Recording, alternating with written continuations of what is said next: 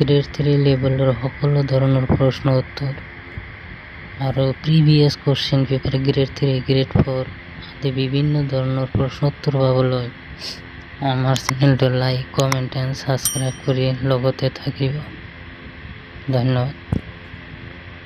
ইয়াতে তিনিটা অংকযুক্ত আটাইতকৈ সৰু যুগ্ম স্বাভাৱিক সংখ্যা আৰু দুটা অংকযুক্ত সৰ্বোচ্চ যুগ্ম স্বাভাৱিক সংখ্যাৰ পাৰ্থক্য ঠিক আছে তিনিটা অংকযুক্ত এটো হৈছে 100 আৰু দুটা অংকযুক্ত এটো 98 দুয়োৰে মাজত পাৰ্থক্য কিমান 2 তাৰপিছত 114 টো কিদে আছে 6 8 আৰু 12 12ৰে একে সময়তে বিভাজ্য ন্যূনতম ধনাত্মক অখণ্ড সংখ্যাটো কি এটো হ'ব 24 24 নেক্সট 1 ঘন মিটাৰ আয়তনৰ ঘনক এটাৰ পৰা 1 ঘন সেন্টিমিটাৰ আয়তনৰ কিছুমান সৰু ঘনক সমানকৈ কাটি উলিয়া হল প্ৰাপ্ত সৰু ঘনকৰ সংখ্যা কিমানটা সৰু ঘনক এনেকৈ পোৱা যাব এটো এনসাৰ 10 লাখ এটো এনসাৰ তাৰপিছত এটো কোৱেশ্চনটো 112 এজন মানুহে এক প্ৰদত্ত বিন্দুৰ পৰা সদায় 7 মিটাৰ দূৰত্ব বজাই ৰাখি এক নিৰ্দিষ্ট পথেৰে গতি কৰে কিছু সময় এনেদৰে গতি কৰি তেওঁ পুনৰ যাত্ৰা আৰম্ভণি স্থানত উপনীত হয় গৈ এই সময়ছোৱাত তেওঁ অতিক্ৰম কৰা দূৰত্ব আসন্ন মান হৈছে দূৰত্বৰ আসন্ন মান কি হ'ব 14 পাই হ'ব 14 পাই যদি আমি পাই 7 ভাগৰ 22 যদি ধৰো তেতিয়া কাটা কাটি গৈ কিনে 44 মিটাৰ হ'ব এনসাৰ তাৰপিছত 111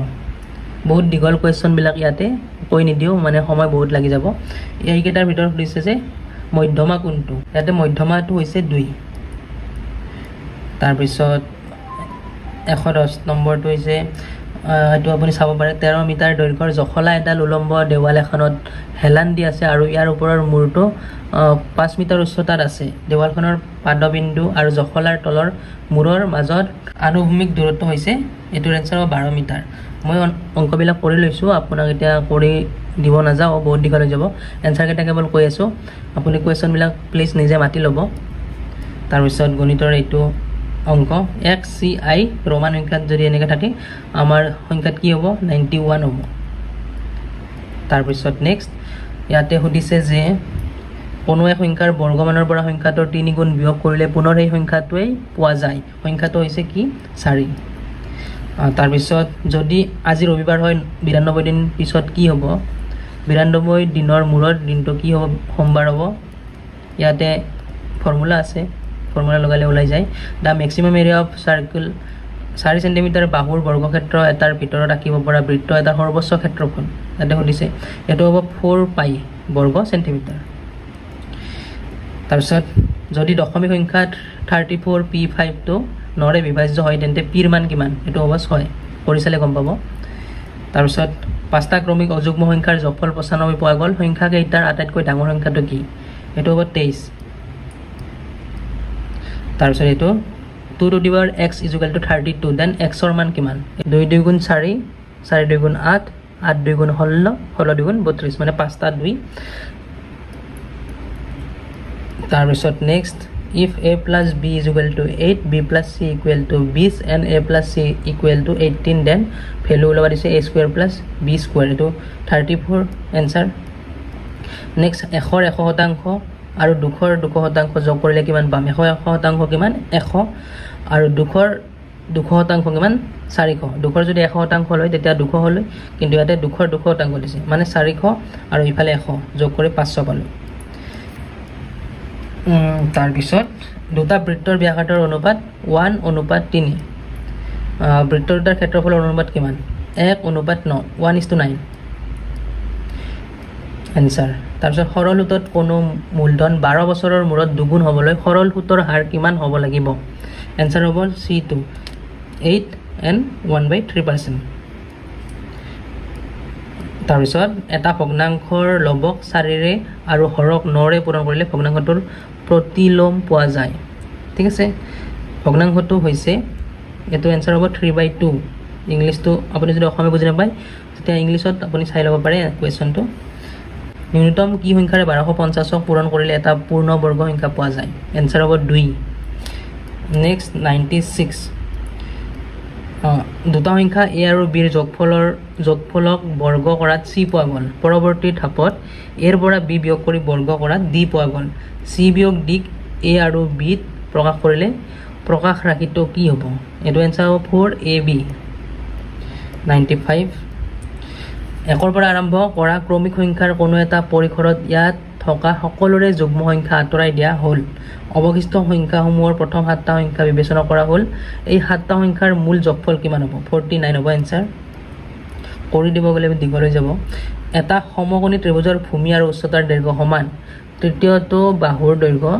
2√2 সেন্টিমিটাৰ ত্ৰিভুজটোৰ ক্ষেত্ৰফল দিছে ইয়াতে হ'ব 2 বৰ্গ সেন্টিমিটাৰ বা 2 সেন্টিমিটাৰ স্কয়াৰ 93 এজন চাইকেল আৰোহীৰ ক্ষেত্ৰত দেখা গ'ল যে তেওঁ পেডেলত দুটা সম্পূৰ্ণ পাক মাৰি চাইকেলখনৰ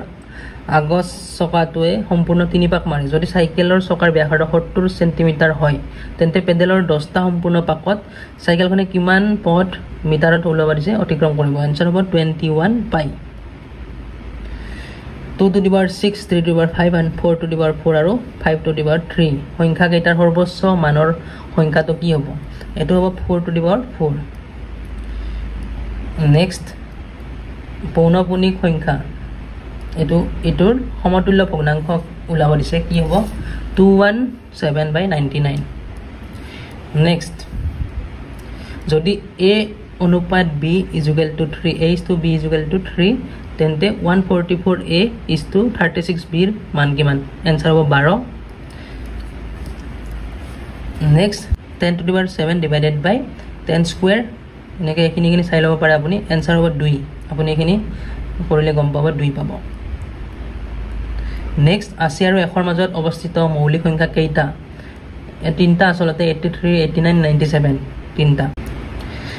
কোনো এক ব্যৱসায়িক প্ৰতিষ্ঠানৰ ধন বিনিয়োগ কৰিলে এমাহৰ অন্তত এই ধন দুগুণ পৰিমাণৰ হয়গৈ কিন্তু প্ৰতিষ্ঠানটোৱে প্ৰতিবাৰ ধন দুগুণকৈ হলে 120 কাটি ৰাখে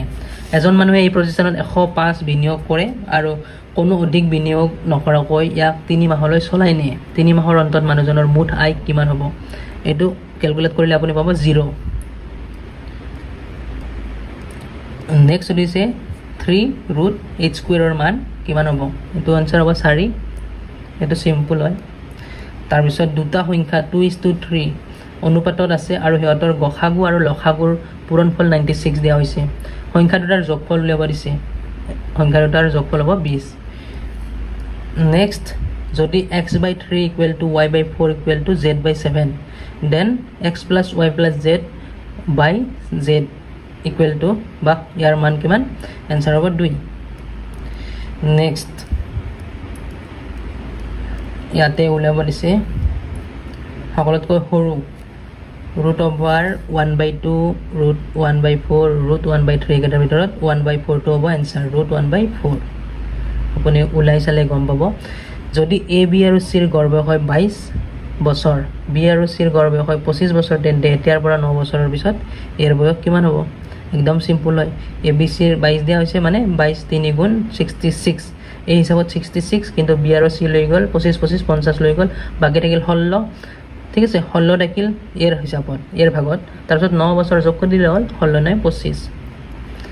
আৰ নেক্সট আপোনাৰ কোনো এটা সংখ্যা প্ৰথমে 40% বৃদ্ধি কৰা হল আৰু তাৰ পিছত 40% হ্ৰাস কৰা হল শতাংশ পৰিমাণত সংখ্যাটোৰ মুঠ পৰিৱৰ্তন কিমান হ'ব 60% ডিক্ৰিজ হ'ব বা 60% হ্ৰাস হ'ব 16%